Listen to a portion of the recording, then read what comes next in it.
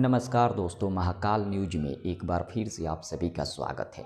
दोस्तों, hit machine trending star Khesari Lal Yadav को देखकर भोजपुरी इंडस्ट्री में बड़े बड़े स्टार पहले देखकर जलते थे, लेकिन अभी के डेट में देखा जाए तो भोजपुरी इंडस्ट्री के बड़े बड़े हीरोइनें भी देखकर खेसारी लाल यादव को जलती है और खेसारी लाल यादव के साथ में जो हीरोइन काम करती है उसे भी देखकर कुछ लोग जलती है।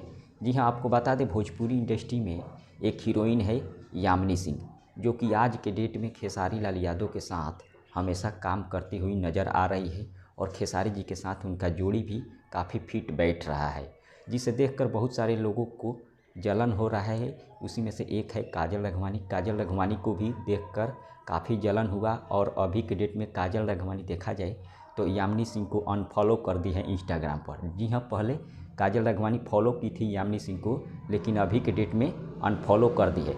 इसका सबसे बड़ा कारण है कि यामिनी सिंह खेसारी लाल यादव के साथ काम करती है और काफ़ी ज़्यादा रील बनाती है, जिसे काजल राघवानी को देखकर देखा नहीं गया और काजल राघवानी यामिनी सिंह को अनफॉलो कर दी। फिलहाल इसके बारे में आप सबका क्या राय है, कमेंट करके ज़रूर बताइए।